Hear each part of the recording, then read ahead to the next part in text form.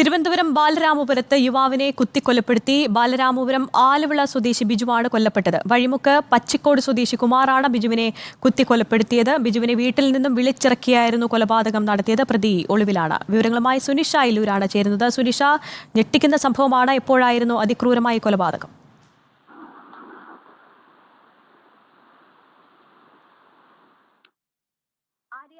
ഇന്ന് വൈകുന്നേരമായിരുന്നു ഇത്തരത്തിലൊരു ദാരുണ സംഭവം ഉണ്ടായിരുന്നത്. ബാലരാമപുരത്താണ് ഈ സംഭവം ഉണ്ടായിരിക്കുന്നത്. ബാലരാമപുരം ആലുവിള സ്വദേശിയായ ബിജുവിനെയാണ് കുത്തിക്കൊലപ്പെടുത്തിയത്.